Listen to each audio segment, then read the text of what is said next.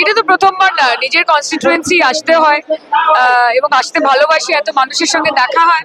গতকাল সোনারপুর উত্তরে ফিরদৌসিদির ইফতার ছিল, সেখানে উপস্থিত ছিলাম। আজকে বিমানদার ইফতার, খুব ভালো লাগছে। ভোটের দামামা বেজে গেছে, আমরা প্রস্তুত। এই মুহূর্তে ভোট করলে এই মুহূর্তে মমতা বন্দ্যোপাধ্যায় জিতবেন। নির্বাচনের ঘটনা তার ঠিক আগের মুহূর্তে অর্জন ভাতা এবং পুরোহিত ভাতা বৃদ্ধি 500 টাকা করে, কি বলবেন? দেখুন, মুখ্যমন্ত্রী অনেকদিন আগে থেকেই এই সমস্ত সিদ্ধান্ত নিয়েছিলেন। এটার সাথে নির্বাচনের কোনো সম্পর্ক নেই এবং যারা সমস্ত স্তরের মানুষের জন্য তিনি চিন্তা ভাবনা করেন। আমাদের যারা পুরোহিত রয়েছেন, মহাজন রয়েছেন, তাদের কথা চিন্তা ভাবনা যেমন আমাদের মহিলাদের রয়েছে, এটা তিনি বৃদ্ধি করেছেন। এতে রাজনীতি দেখার কিছু নেই। আমাদের স্যারের আহ্বানে আমরা সবাই এখানে উপস্থিত হয়েছি। এখানে আমাদের প্রিয় সাংসদ ছায়ানিধি তিনি আছেন। এখানে আমাদের স্যারের আহ্বানে আমরা প্রত্যেক বছরই এখানে উপস্থিত হই।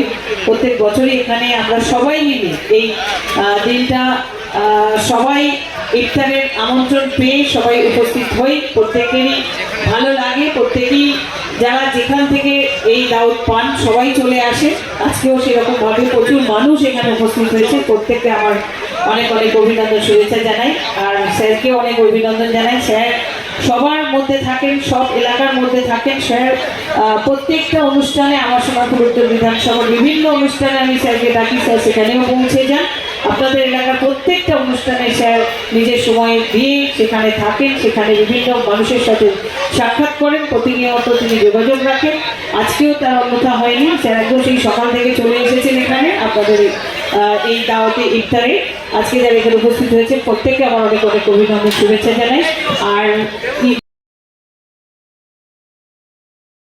2 দফায় হোক 10 দফায় হোক, মানুষের মত এবং মানুষের মমতা বন্দ্যোপাধ্যায়ের প্রতি আস্থা বা বিশ্বাস সেটা তো পাল্টাবে না।